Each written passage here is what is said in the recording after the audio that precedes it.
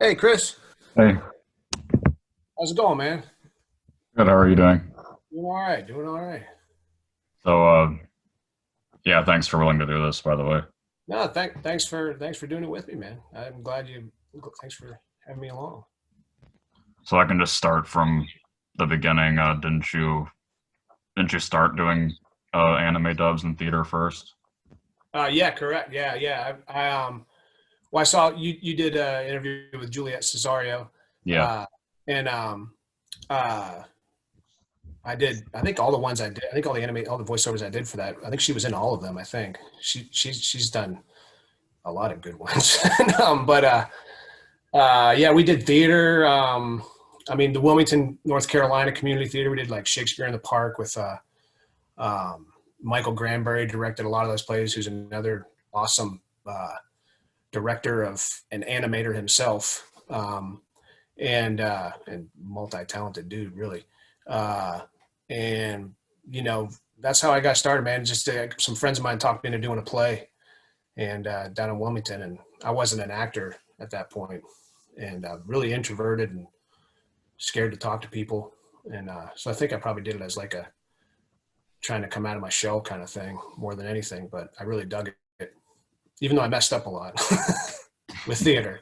Yeah. And then Scott Hool in Wilmington, he was doing a lot of the, who was it? I forget which company it was, but he was doing a lot of cool titles. And then we'd go in and audition for voices, and I was able to do a few of those, and those were a blast. Well, because I know like the biggest in terms of anime, what you're known for is Oberi and Kite. Yeah, that one felt like it's really. I think because I was being introduced to the world too as I was doing it, and Yeah. that one really let me know like how artistic and cinematic this whole world can be. And I was like, wow, this is like it felt big, just the psychological feelings you get from the way they animate certain shots and the way it makes you feel. It was just I was just like that was when I was doing it, I was like, holy shit, this is like pretty powerful, like not pretty Right. powerful, really powerful. I guess pretty is really, but you know what I mean. Do you remember your approach to Oberi, since that's obviously a really intense anime? Yeah, man. Uh, I remember I probably remember Go from Elf Princess Rain more specifically because it was so even though it was just voices, it was so physical Yeah. because it was like a madman and doing it. But like for I think just I just felt like sometimes when you do voiceovers, you get caught. At least I have. Like, the difference between doing Obery and others was sometimes you get caught just trying to like you have an idea of how you want it to sound in your head, and then you got to make it match, and then you do that, and it becomes real technical. I remember with Obery, I just wanted to feel like it was to do my best to just trust that stuff's gonna like technically work, but I wanted to feel like I guess approach it more like theater or like a little bit more, and that's where I learned that doing for me at least I grew a lot in thinking that with voiceover work, even though I haven't done a lot since then, but at that time I realized how important it is to approach it from how you approach anything else, even though that there's a visual person already representing you, and as opposed to thinking about it so technically. Does that make sense? Yeah. Like I wanted to feel it more as like an actor, and as opposed to like being worried about how much it matches the flaps and the mouth and stuff like that. And I wanted to make sure it like felt like I was really being that dude. Yeah. Well, based on, in my opinion, based off of the roles that you had, like you wouldn't have guessed that that was like your first experience in voiceover stuff because you sounded really translate. Oh, thanks, man. I mean, I appreciate that. Like thanks. That feels good to hear. It's an intimidating world too, because I learned that, it's very it's the whole genre of anime is, people are very passionate about how things work out. And so it's like, if there's just like, you do feel like a responsibility to be like, man, I gotta deliver here. Cause so I don't get like, you know, Yeah. because well, it's a good thing. It's cool because, it's not, it's definitely at the same time as it's, commerce and entertainment, but at the same time, it feels like it really is art, I guess. Right. You know what I mean? Like it genuinely is like a piece of like, moving picture art and everything that goes along with it. And it's just, you feel like a responsibility to at least, not fuck it up. It's already good by the time it gets to do, you're doing, English dub over. So it's already been established as something that is, the, the, the level is already up here. And so you just got to do your best to not mess it up, not drag it down. Has anybody, like, after you did that, like later in your life, has anybody else brought it up to you, like, hey, you were in this, like, do you remember it? Anything like that? Yeah. I went to a few like conventions. I don't remember it was such a long, this was like 20 some years ago, at least I think. Shit. Yeah, man. Yeah, maybe even more. But Kite was the one that people, I did notice how much people were, I guess, like like I said before, it just felt different, but I don't remember any specific, I remember going to a couple meetings here and there, and you run into like, back when I went to Los Angeles, I moved out to Los Angeles in early 2000s. And I remember meeting a couple, younger managers, in meetings, stuff like that. And they were like, like, oh yeah. Like I remember one specifically that might've been the reason, even though they didn't handle any type of voiceover work, but they were like, well, okay, that dude did that. I'll see what else he's got. I didn't end up signing with him, but, but it's all good. But, but I didn't get out enough. I mean, I'm pretty introverted, so I don't go out enough, and I'm kind of like, I'm comfortable doing this because I feel like I'm in my own room and stuff, but I could benefit from going out into the world more. And so because I know that the after the dubbing stuff, that your first credit in anything film and TV was Dawson's Creek, right? Yeah, I think so. I think for TV, Dawson's Creek, yeah. And that, man, I auditioned for that, like, I don't know how many. That was there's like certain shows, like actors will be like, man, I'm on my like 50th audition for this show. Hopefully this, and I think I forget which season I finally got cast. I think it might have been the first or second. I don't remember, but I think I was cast as like a guy that was supposed to look like Tom Hanks auditioning for one of Dawson's movies. Oh. And I guess at that time I looked enough like Tom Hanks, I guess. But I was stoked, because it was like, that was the first time I was like, all right, and always, when you break that ice, it feels like, before that I had done like an indie movie, and but didn't get paid. And so it feels kind of cool. You get paid. And I think after that I did like a Coke commercial, and I was just like, oh shit. Yeah. All right. This is cool. Yeah. So, but yeah, Dawson's Creek was the first, everybody from Wilmington, North Carolina probably has, a Dawson's Creek credit. Okay. At some point, that in One Tree Hill. Yeah. Did you get to interact much with James or Joshua or Katie or anybody? Well, let's see. I did another role. The second, like the first time and then I was cast like a couple seasons later.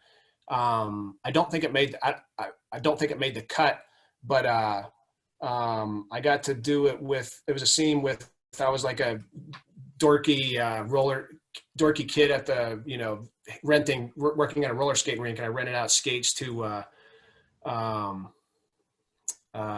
who it was all the Katie Holmes and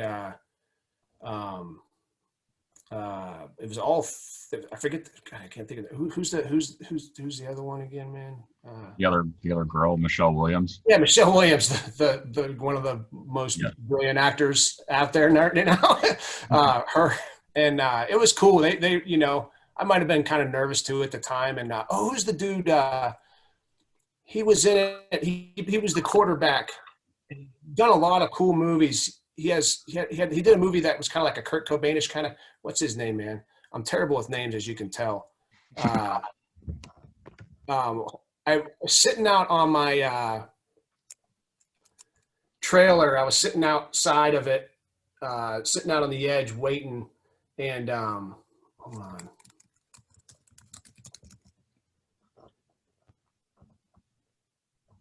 I don't remember if he was. I don't think he was in the scene, but I think he was there that day. Really cool actor, but it was just an interesting experience. Michael Pitt. Oh yeah. You know Michael Pitt? Yeah. He's done a lot of cool movies, man. And and I remember sitting and he came up and I think he was we were in different sections, but I forget how he was near where I was at, and he was just, he's like, "Hey man." I'm like, "Hey man." And then but he seemed so he seemed like how he is in the movies that he does. I just remember thinking like, man, this dude's like very like just he had I mean, it's not a specific funny story thing. It was just it was a really interesting aura he had that was just like seemed really cool, and but he seemed so emotionally invested. Yeah. I just remember that more than anything, like how he seemed very in the moment and emotionally invested. I don't know what he was thinking and stuff like that, but I was just thinking like, man, this dude's thinking through some shit, man. And that just might have been my jaded perspective. Maybe I was thinking through some shit and I was putting it on him. I don't know, and it was just small talk for a little bit, but yeah, that's nothing really crazy that I can remember, from shooting with them. Okay. Other than that, they were very, very nice and cool to work with. They were just all just friendly and upbeat.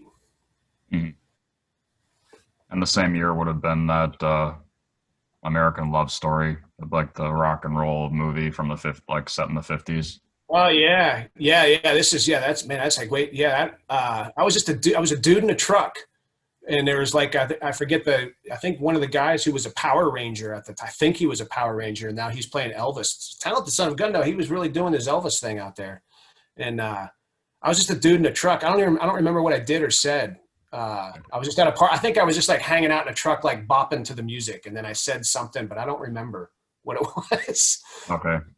Yeah, well, I know that was one of Maggie Gyllenhaal's first credits too. So that's one reason I wanted to ask about that. Oh yeah, that's right, man. Yeah, that's that might have been like the second time. That would have been like the second time I was cast after Dawson's Creek, and then I think maybe close to that might have been Above Suspicion, maybe with Ed Asner. Yeah, that was from the following year. Was that right around then? Yeah. And that's Shake, Rattle, and Roll is what it was, right? Yep. Back when they did miniseries on TV. Right.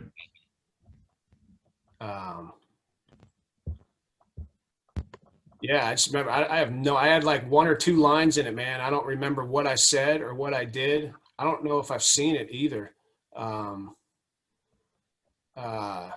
Yeah, you're right. Yeah, it was right after that. For TV wise, yeah. And then and Above Suspicion was cool too. I think I did Dawson's Creek. I think I did that second role. It's not credited on there. The one I talked about, the roller skates, I believe it was cut out. Yeah. And I could probably, you can add that stuff on even if you're cut out, but I don't even remember what, episode it was. But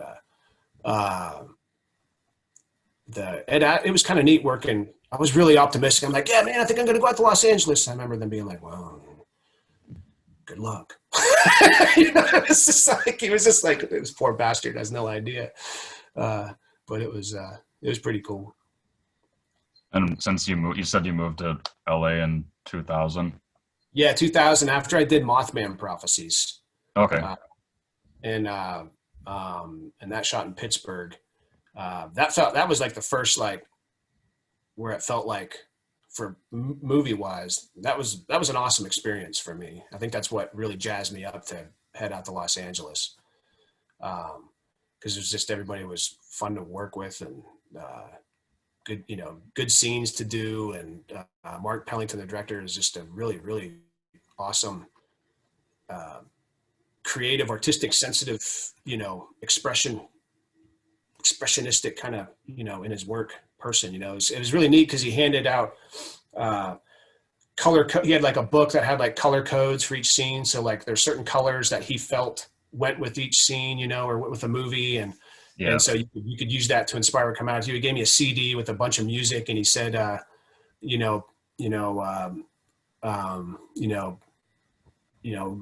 what you want to do with it. But, I remember him saying, like, pick a song that you think fits your character.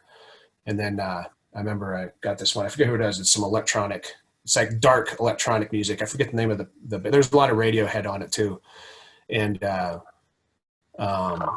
was just cool because it just felt like it was a huge budget movie, but Mark was just approaching it from such an artistic level. It just felt really cool, where I had no idea what I was getting into. And the audition process was pretty long too. There's a lot of waiting. And I was I was a local kid in Pittsburgh at the time. So, they were auditioning for folks out in Los Angeles and New York. Right. And I think I went to like 2 or 3 callbacks, and waited a while. And then Donna Belijack, the location casting director in Pittsburgh, she'd keep me updated, who I love. She's always been very supportive of me throughout my whole career from the start. And probably I would have never gotten seen by them if it wasn't for her. So. Was that daunting at all for you to work with Richard Gere? Well, I justified it in my head. The scene I'm thinking of, the first time I worked with him and Laura Linney, who both were, I was just like, oh, geez, man, like, holy shit. But the character I was playing, I remember, he's asking about some lights. Yeah. That I saw. I was a guy, and all the stuff on the lights got that cut out. I think the scene I'm talking about, you can see on like the bonus, the DVD bonus, what are DVDs anymore, but like, it's like one of the scenes on there now. And, but they're coming in, and since he's, enough, his characters has authority, and obviously Laura Linney being a police officer, I was pretending in my mind, this isn't in the script, but in my mind, I was pretending I had a shitload of marijuana up in my closet, and I sold weed as a character, and that they were there to bust me, and they were just using the story about the lights to get to me, to get to that. And then that has nothing to do with the script at all. It's not in there. That was just what I used. So it helped me. It was okay to be nervous to see them, because in my mind, I was trying to overcome all that, because I didn't want them to think I was guilty of it, doing any kind of crime or anything. So it worked out for the scene. I don't know if I purposefully justified it in my head, like, well, I'm going to be nervous seeing these guys, so I didn't necessarily put that 2 and 2 together, but I think it just kind of fit that way. Mm-hmm. And, but it worked really well. They were very complimentary, and that felt good, because and maybe they saw that I was like, kind of just impish and off to the side, and I think they came, they were like, they were very encouraging, and it was cool. And I remember also number 2, we shot it, and they had the camera, and they had me split looking camera left and camera right for each character, and then they realized a few takes into it that they had that was the wrong eye line for the way they shot the reverse on that. So we had to go back and move the camera over, and I just had put them both camera left. And then Mark came over, and he was very, very cool. He probably knew I was young. I was like, holy shit, I gotta. And then, but I was fine. But he came over, and he like whispered, he'd always go into my ear, and he'd be like, hey man, we're just switching it up. It's all good. You just keep the eye lines over there, but just keep doing what you're doing, man. But he would like whisper, and he was just very. It felt like, I don't know if like. you imagine when you do movies, you kind of imagine some of them like director actor experiences, you know, like this is only between us and this is the magic that happens. So he made it feel that way. And I guess for me, it kind of felt fantastical, and all that worked for me. What did you really get to talk much with Deborah Messing? I never met her. Okay. I never met her.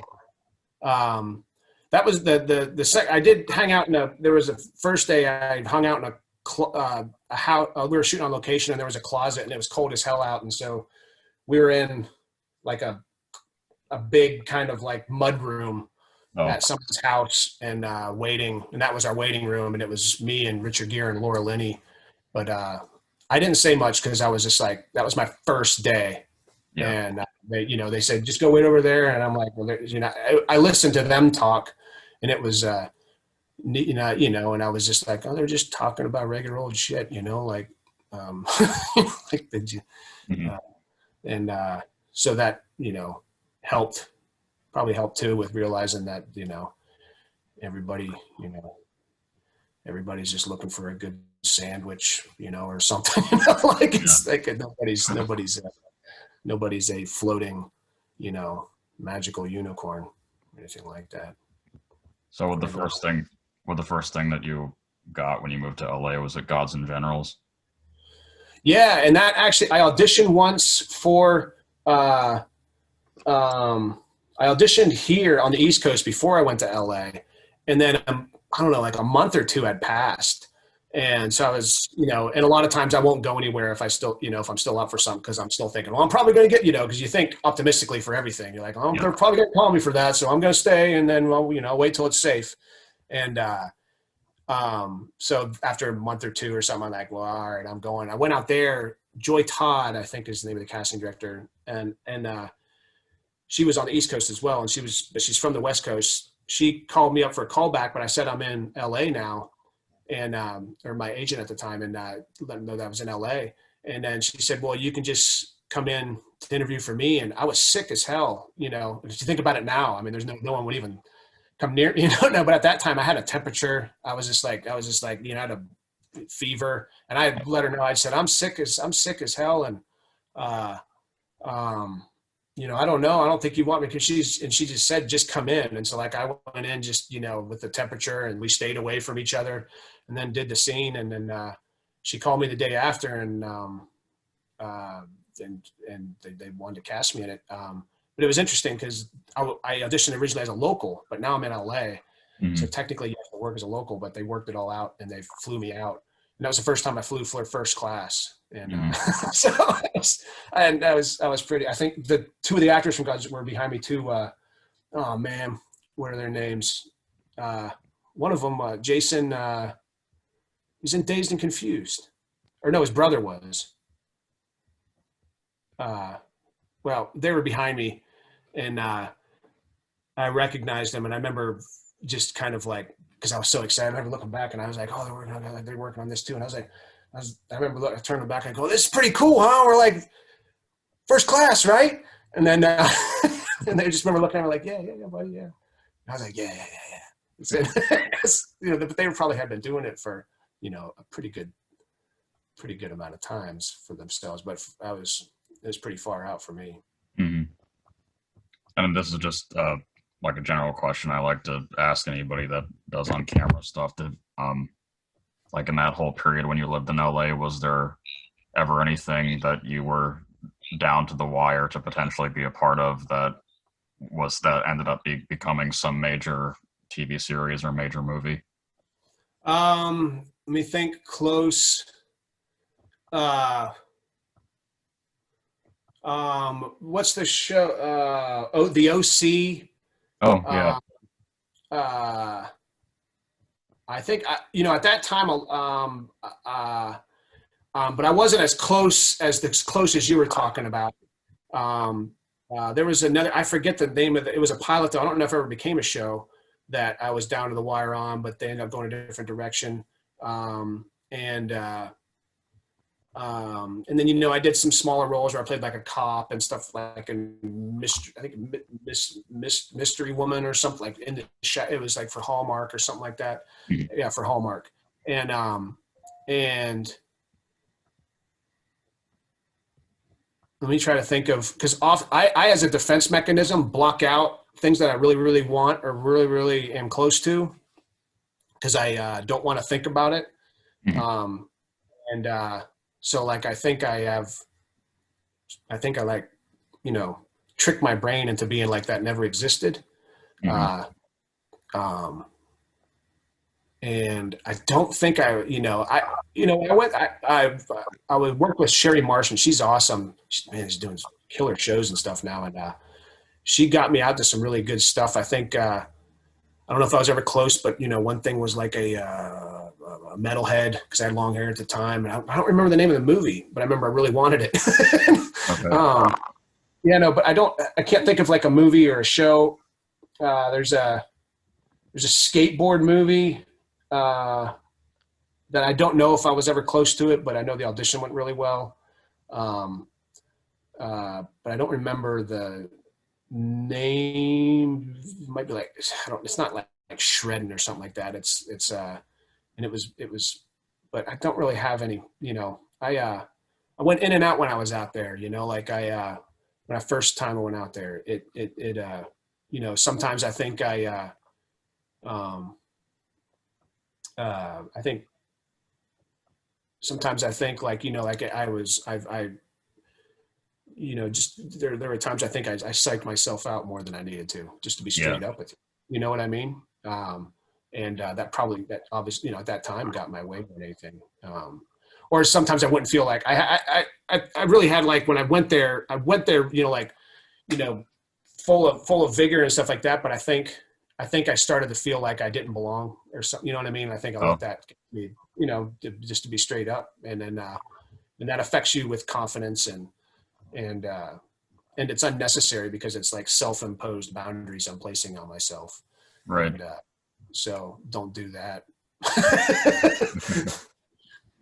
But that would be, what's that? Were you friends with anybody that was kind of bigger in the industry that was in your generation? At that time, let's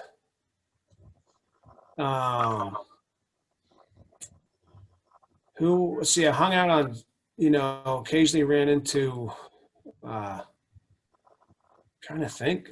I don't think I really had any, that didn't happen until, later on, when I started doing like bigger parts in TV as I got older. Okay.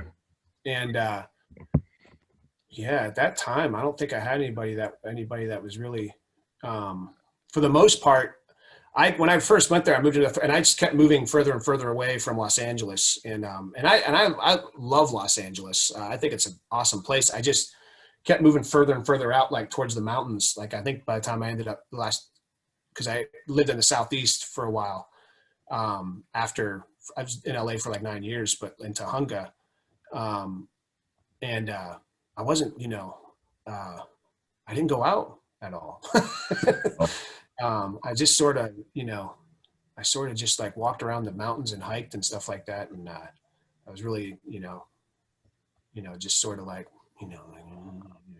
so I didn't make that enough of an effort to get out there or go to things. There were times where I could have. I mean, I remember I met George Clooney one time. Oh.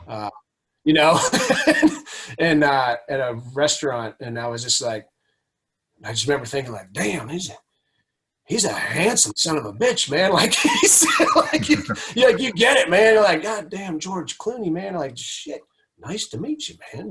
Because so that was cool. So like I probably have like some random things I'm not remembering, like where I met people, but never really like became, buddy with anybody. Okay. So after you left LA, and then what was the story of how you got the part in Vampire Diaries? Oh, Vampire Diaries before I went to LA. I was actually doing I was in a Shakespeare play with. Oh no, wait, Vampire Diaries. I was thinking the wrong vampire thing. No, you're right. Vampire Diaries. That was when I came back, and I came back to the Southeast. I did a Bigfoot movie with my good buddy, awesome filmmaker Sean Llewellyn, and he was DPing it. And then I just ended up staying in the Southeast. I wasn't necessarily like in my mind, I didn't think I was moving back, but I eventually, I mean, technically I'm still there. I am still there. I'm just in Pennsylvania right now, helping my parents out. Yep. And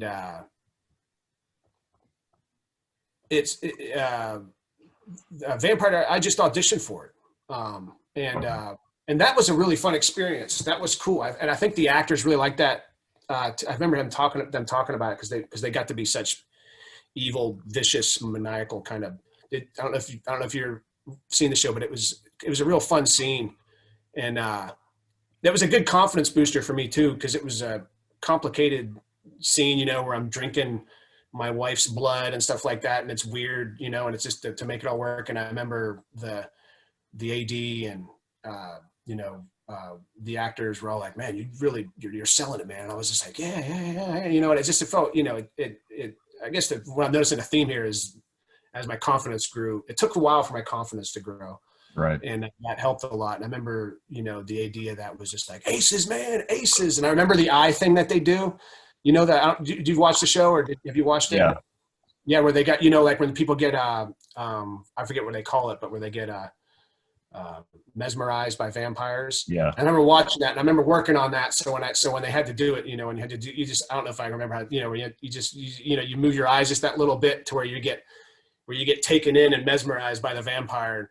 And I remember I did it because I was like, I better have that shit down, man. I mean, because if I don't get mesmerized, then it's going to take a long time, and they're going to be pissed. And then I think on the first take, they were like, that's it. That's, I was just like, yeah. It was just a escalation of what, for me, it felt like small victories in them. And then a lot, because, a lot of times I'll want to, try some things and stuff like that too, but I won't, because I'm afraid people will think I'm crazy or something like that, or stupid. And at that time, and then you learn that's a lot of times that's, I mean, sometimes you're just grinding. You got to get through the day. But sometimes, a lot of times people want you to, no, we'll just go be the free, what kind of free willy shit you talking about? Do it, and we'll just, if we like it, we like it. If we don't, you just won't do it again. It's like no harm done.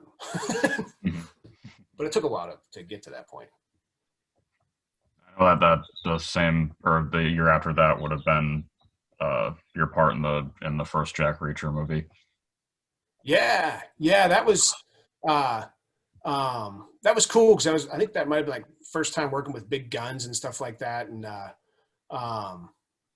and it was it was a small thing, but a fun role still. It was real. It was just, but it was kind of neat, going in with the SWAT, and the and the assault rifles. As a character, going in with that, and just because that felt like being a kid, when you used to pretend to do that stuff, back growing up in the 80s, it was still, I don't know, something tells me playing guns nowadays probably isn't as much as it was in the 80s, but which I understand, but but for a kid that grew up in the 80s, it was kind of like, and they teach you how to do all the, where you point it, and and the flashes, and it was cool, man. It was, but pretty straightforward. Did you get to meet Tom Cruise? No, I didn't, but I met his barista. Is that a coffee person? Barista, yeah. Right? Yeah, because he had I shot near the end, and I think he was gone by that point, and he had, for the night shoot, we were shooting outside at night, and so he had this really like awesome coffee. And I didn't drink coffee at the time, this really fancy barista that made coffee that was just there for the whole time. And I was just like, well, give me your fanciest. He said, what do you want? I was like, your fanciest coffee. I had no idea what. I just wanted to know what was fancy coffee, and it was really good. I don't remember what it was, but I remember thinking, oh, this is why people drink this stuff. So probably had like 3 or 4. And you had a reoccurring role it was a few episodes on Revolution, also the same time.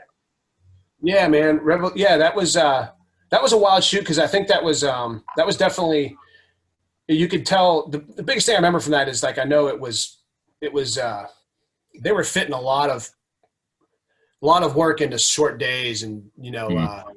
it was. I want to make sure I say his. See, it's horrible to not remember names, but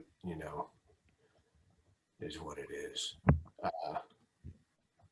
Giancarlo, but I always want to say Giancarlo Stanton, which is a baseball player. Esposito, yes. Awesome actor, kick-ass actor. And he was really cool. He was, pretty casual. And, he would come in and, I remember him being, when stuff was getting you could tell, like, it was a stressful day on everybody. And, he was very, like, just lay low, man. Just, we'll do our thing. He was just constantly like keeping like he was very zen about the whole thing. But yeah, it was fun. It was I thought about making like a funny like demo reel just out of what I did on that, so it could be like because it would be a lot of like, sir, you need to go over here, sir, we're over here now, sir, they went that way, I don't know, sir, but we should go. Yeah. a lot of that, but it was cool. Do you really have a story with Billy Burke? No, I didn't. I don't know. I was like Giancarlo's kind of like, exactly what I just did. I was like his, right-hand man type that, just told him where someone important went or where he needed to go or where we are or where we're going, or to remind him that, he's the dude. Mm-hmm. And, that's what the role was, straightforward, I don't want to blow it up to be any more than what it, not that that's important too, but that's really what I did on that. And this was like 3 years after that, but you were in Sleepy Hollow. Yeah, that was near the end of the shoot. Me and Ed Wagonseller from another, Wilmington, North Carolina actor. I believe it was me and him that shot on that. I think we were sneaking up on somebody. I don't remember too much what I did on that. Okay. I don't even, I don't, I think we were sneaking up on somebody, and then maybe one of us got shot. Maybe we both got shot. I don't remember. I remember it was cold when we shot it. That's mostly what I remember, though. Well, that same year, it was cool to see that you were part of The Longest Ride. Yeah, man. It was one of the cool parts about this is my wife Karen LeBay's in that too, and Yep. And she has a real cool part in it. I ended up being like a dude, but we got to be in the same. We got to shoot the same day, which was really neat. And excuse me. One of the funny things on that one though is I think I shot 2 days. The first day, they were out of I couldn't or I was just looking. I just asked for a thing to wipe off the makeup off my face. Oh yeah. Like one of the things, and they were out at the time. And so I think one of the like somebody that wasn't in the department, I got one from one of them, and it wasn't in the makeup department. And I think they just might have grabbed something from, I don't know where, but I don't know if it was that. But the next day, my face blew up that night. Oh. So I ended up having to get put on steroids Wow. to get it to go down. It went up, but I looked like I had been, gotten my ass kicked like in a boxing match. It went away pretty quick, but it was pretty trippy. I think it was it was just a clean like a thing that just was, a contaminated something or another. But I forget if my face looks blown up when you see me. It's just a quick little thing. I'm like trying to buy a painting with a crowd of people, so it might not be. I don't know. But I think the steroids had made my face go down at that point. But it was pretty trippy that, when it first happened, I was like, this is kind of weird. Like my eyes were puffed up and stuff. But Is that another case where you didn't get to meet the main stars of the movie, or did you get to meet Scott? Yeah, no, I met him, and my didn't really hang out with him much though. And then of course, I I should know her name too. So I don't know. I mean, he seemed like a cool dude. I don't really have. Who the hell was? Britt Roberts. Yes, hung out. You know, she sat with the other actors that were in the scene while they're waiting and setting up, and I remember she was knitting the whole time. I think that's all I got. So you never saw Alan Alda? No, that would have been cool, man. Yeah. No, I don't think he. Wait, was he there? Because we did a read through, but it was a huge read through. He might have. I don't think. Maybe he wasn't there. I probably would have remembered if he was, but okay. Where all the actors were there. But you know, but that's usually you kind of go in and you get shuffled back out, kind of thing. But no, I don't have an Alan Alda story. What is just going off of that? What is the like the most starstruck you've been working with somebody? Starstruck. Well, let me think here. I mean, it might have been earlier on with Richard Gere and Laura Linney. Right. But I didn't feel starstruck. I felt more like I had to work up to their level. So like I felt intimidated by that. I'm trying to think of someone I'm like, holy shit, was that someone's, you know, I'm trying to think of that kind of,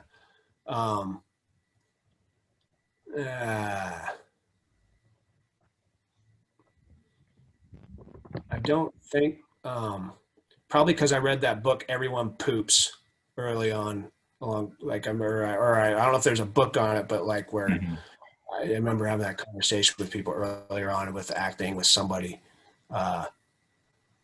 you know, everyone poops. So it's just like, you know, yeah. It's just like, hey, you know, they might have just got done taking a shit. So it's, you know, that's pretty much what everybody does, and they eat. And so like, it might have helped me not get starstruck, you know, but,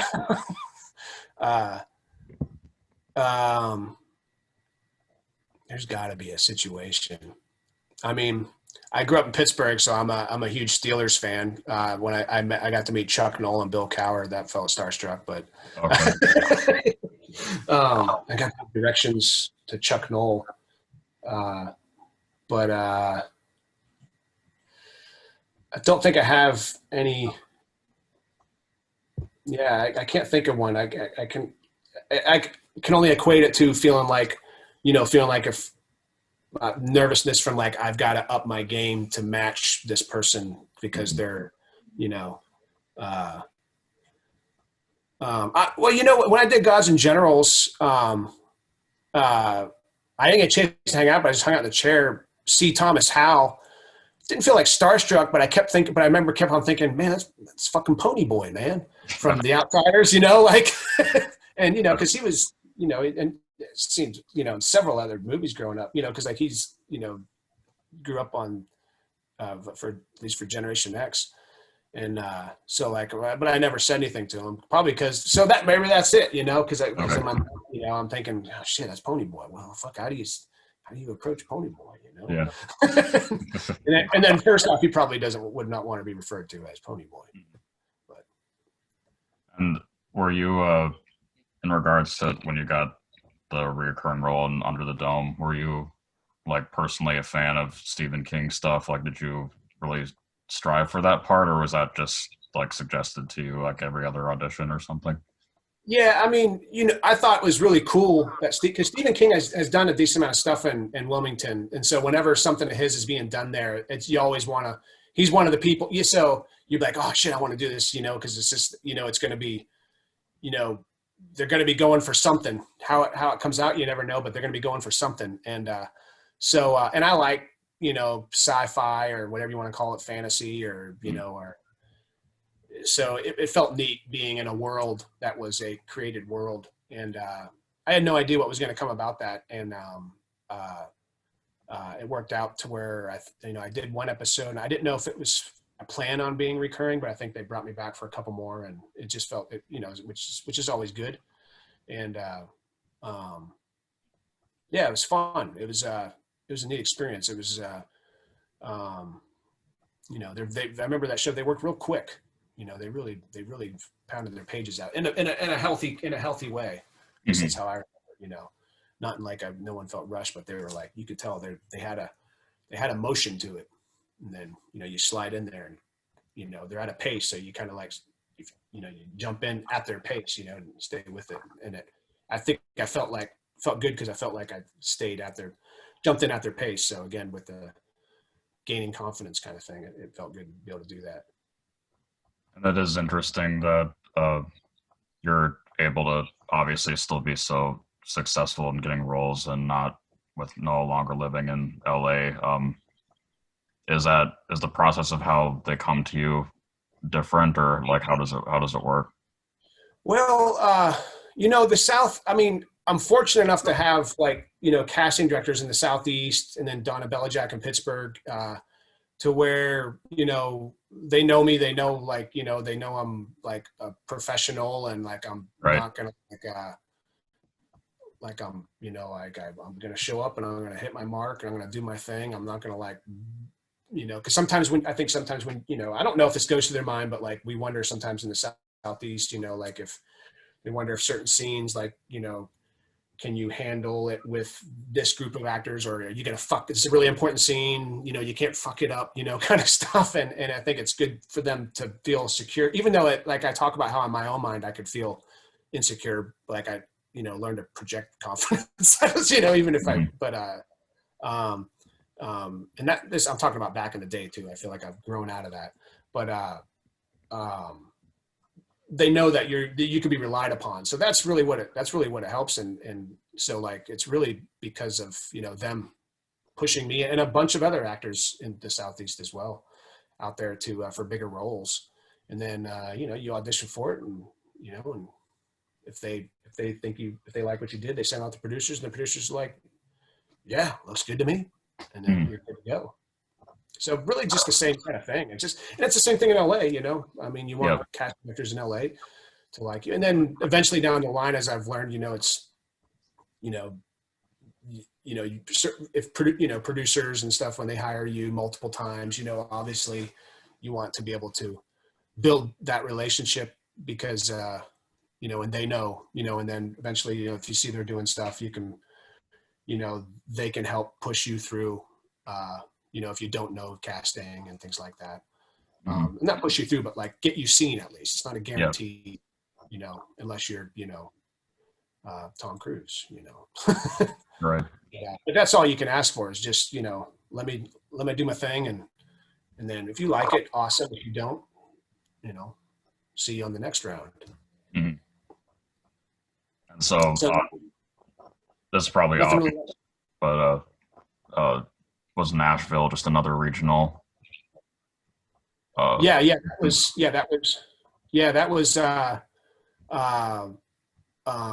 an interesting experience because that was it was a different kind of uncomfortability because I had to really, own being a complete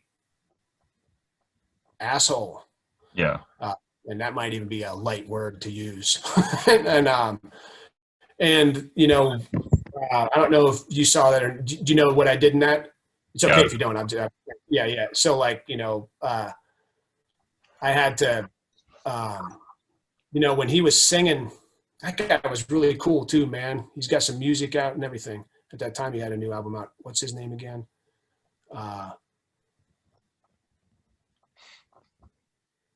Well, I won't say his name. She was actually everybody on that was really nice. Mm-hmm. Maybe they were really nice because they didn't know if I was really a fucking maniac. Not a maniac, but just a complete fucking dick. The character, not me. I was cool. You know what I'm saying? Hold on, I want to find out that dude's name because he was really cool. The hell is he? Yeah, man. Chris Carmack.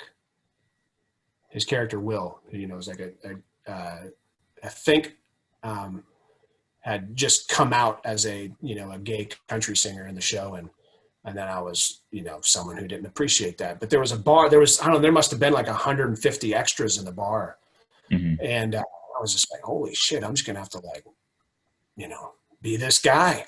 But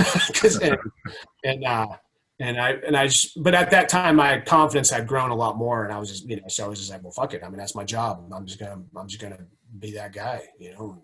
And then, but it was bizarre because, you know, you look around and at the end of the scene, you know, when he takes me down and calls my shit out and then I get kicked out, you know, there's that looking around at the bar and all the extras and they're looking at me and I'm like, holy shit, you know, because like the whole damn bar's looking at me and I'm like, God damn, I'd hate to suck to be a guy like this. Yeah, it was interesting. And then like the police, when I got arrested, they had real police officers playing the police officers. Oh. And they just said, I remember the director real quick just saying like, yeah, just go ahead and just do it as you would do it. I was just like, yeah, let's just do it as we would do it, you know? Because I kind of wanted to see what, I had never been arrested before, so I was curious what it'd be like. And I was like, yeah, do it exactly how you would do it.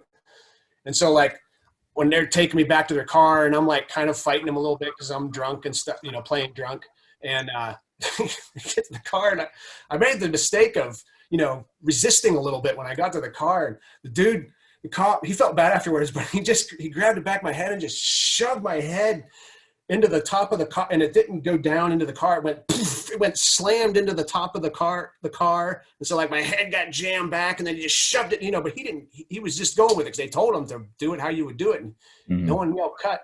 So we're all rolling with it. And he just shoved me in there. And after cut, they can't, you know, when an actor can stub a toe and people will run up and like, you know, and like, you know, find out if like they're okay. But that time they kept running, you all right? I was like, yeah. I was like, that was intense, man. I was like, that's how I remember. And the police officer and the director told the cop, was like, you don't have to rough them. You don't have to rough them up. And I was like, well, I resisted. You know, I was like, and the cop was like, I'm sorry. But I remember asking him, I was like, but is that how it would have been done? And he's like, yeah, that's how it would have been done. And I was like, all right, that's cool. Well, I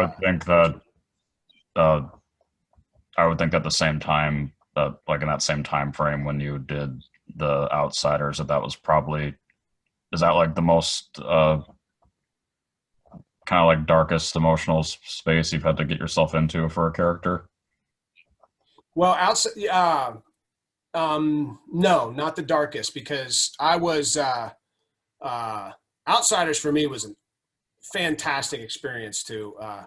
That was through Donna up in Pittsburgh, and I had read for the show's kind of the show in a nutshell is like a local townspeople kind of being controlled by a corporation versus mountain folk that live in the mountains. And I auditioned for one of the townspeople, and I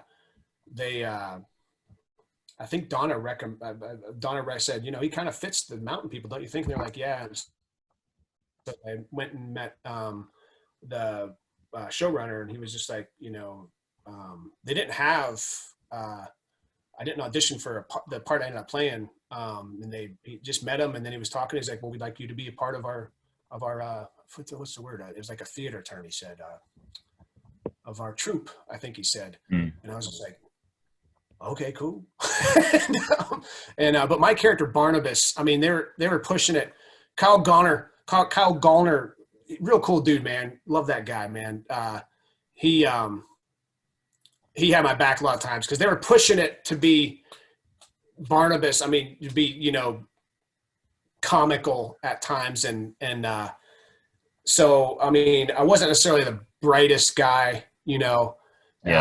Sort of, you know, just drinking and just looking for a good time kind of guy. I mean, there's darkness underneath that a little bit, but like, you know, that wasn't necessarily my job. But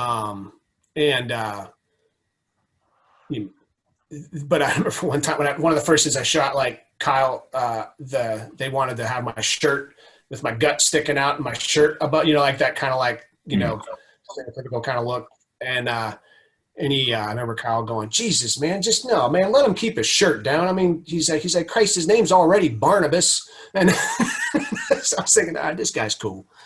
But had a real good time, you know, filming with him. I mean, I think that's, not that I didn't feel this before, and I'm sure I'm forgetting some things where like I did feel like, but I really felt like I felt like I belonged and felt part of a family, and that was really neat. And you know, from like, you know, Steve-O, the AD, who's awesome, you know, just playing, you know, I still told him he doinked me in the nuts on one shoot with this clipboard while we were waiting. I was like, I'm saying it right now. So if he sees this, I'm still going to get him. Although I think he's got punk music in his veins. So it's going to be hard to get, you know, avenge myself against a punk because they're, you know, they're probably going to win.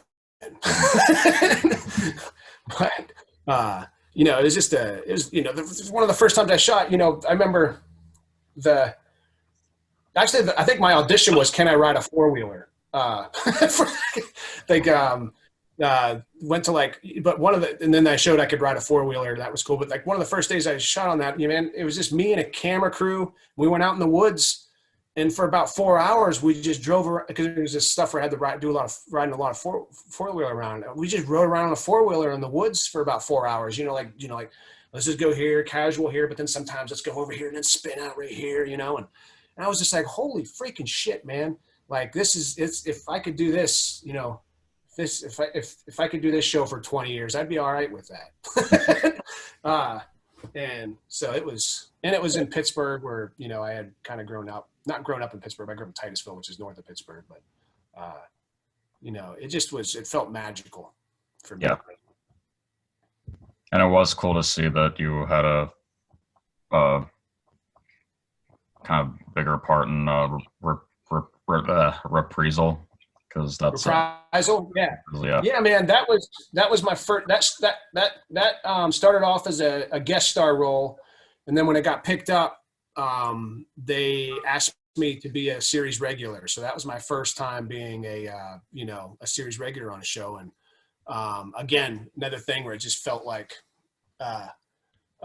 There was a little bit of an intimidating factor on that because I think the label of that, but it didn't really. It was all good because it was just a very creative show. Josh Corbin, dude who wrote and created it. It's just so fun to read the scripts and everything, and got to be good friends with a lot of. Some of them I'll still just like Instagram or Facebook back and forth. Or like. But like Rodrigo Santoro, like awesome dude, man. Like we got to hanging out, and we were kind of like, good buddies, our characters, and we became buddies too. And it was like it's kind of like the thing you kind of like work for to get to. Yeah.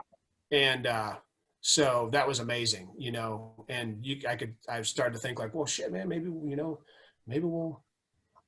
be able to like, buy a little house, and then of course, COVID hit, and then we would have done the second season during in 2020. So obviously, how that goes down. But it was just great experience, creative, got to wear like greaser clothes and just, the hair department, like made like everything look cool and stuff. And it just felt like such a, they put on this dirt and sweat. It's like a gel that looks like sweat because it works better than like spray. And it's just like, it felt so dirty and cool. And yeah, man, that would have been awesome because, definitely one of the things I thought about, like over 2020, I'm like, there's a lot of shit. Plenty of other drastic things going on, but like creatively every now and then I'm thinking, it'd be nice to be doing that right now. but yeah, that was one. And then, and doing publicity and like the premiere and stuff like that, like all that happened like literally right before near the end of 2019. So really for me and where I was, peaking, and then, or at least at an upward angle, and not to hope that wouldn't have been the peak, but like, moving up, and it felt great, and and did a gig right after that when we were out in LA doing like publicity and stuff like that, and that shot in New Zealand, the Wilds. Yep. So I went from that and, you know, flying to New Zealand, I'm like, holy shit, New Zealand, man, you know, like, and plane ride was awesome. I was worried about that, but it was really cool. And then I don't even know how to like positively express correctly how fun New Zealand was.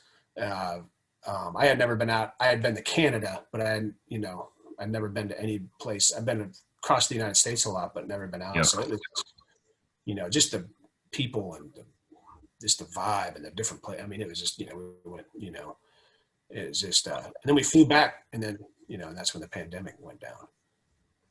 People were starting to wear masks on the way back from the flight there. So we were kind of like, shit, it's a long flight. Is this going to be like, because I think it was in February, I think, of 2020. So it was like, you know, it was kind of like talking about it, but it wasn't quite, you know. It looks like the last project you would have been a part of is This Country. Yeah, man, that's it's for Fox. It's based off of there's a, you know, it's there's the UK is the original version, and they're doing the American version, and it's funny. It's really well written, great vibes on set, and the way, you know, the just played just kind of like a just sort of, I mean, kind of, I mean, you know, just sort of a car wash attendant, and but a little more brutish and sort of dickish to the what's his name, to the lead fella. He's a real funny guy, man.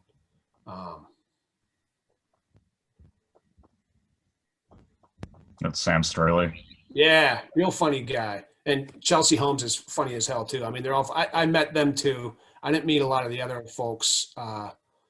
Sean William Scott. No, I didn't meet him. I mean, in the read through, but I think I love the stuff he does. I'm a fan of Sean William Scott. Mm-hmm. And there are a couple other actors. I don't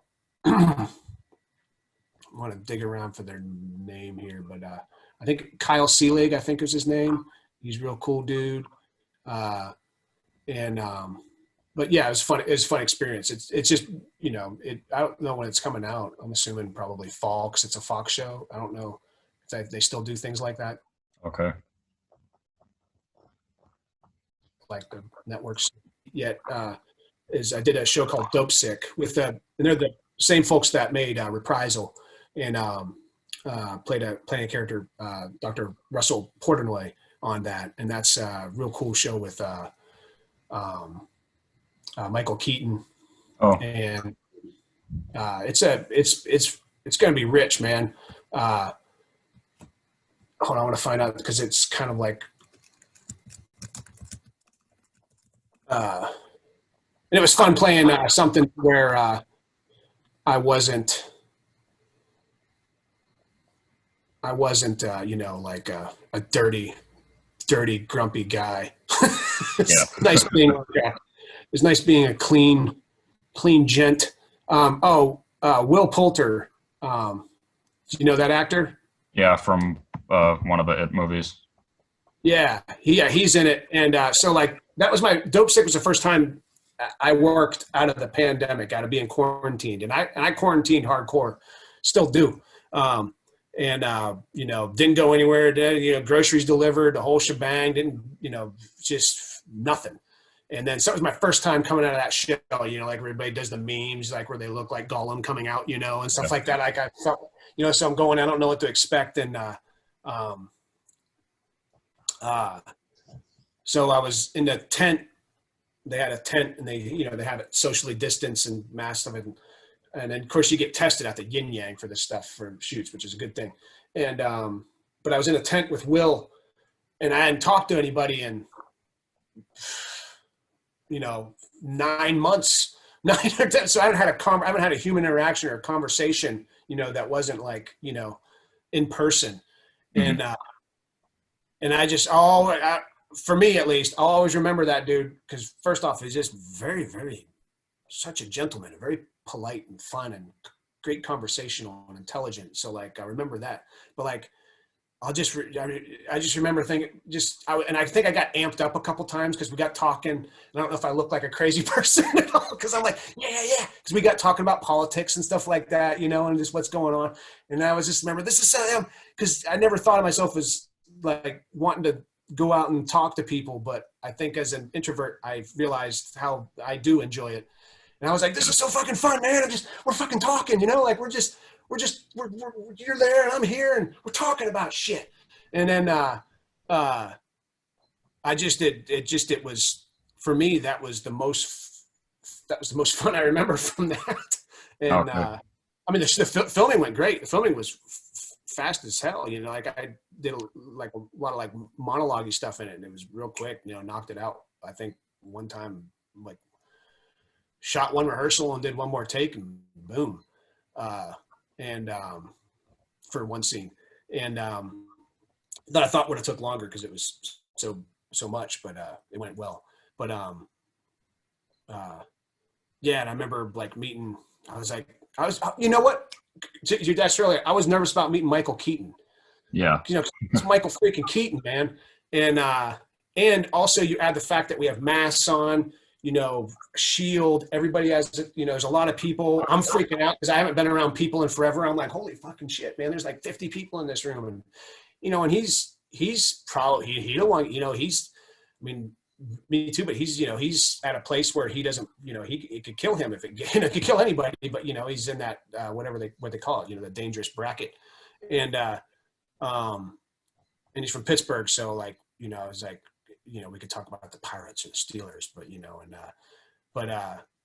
Will, I remember talking to Will and I was like, damn, man, I was like, that's pretty cool, man. That's pretty cool. Michael Keaton. He's like, yeah. It's like, he goes, you guys haven't worked together yet? And he goes, no. It's my first time meeting him too. And he was in the same place. And I would have thought, and it was just kind of, and he was thinking, he was going through the same thing I was going through, it was just like, it's Michael fucking Keaton. So it was kind of neat. It was just, I'll remember that always coming out of my 2020, pandemic work shell. Yeah, that's cool. I hope I meet that dude again on something or work on something again. That'd be cool.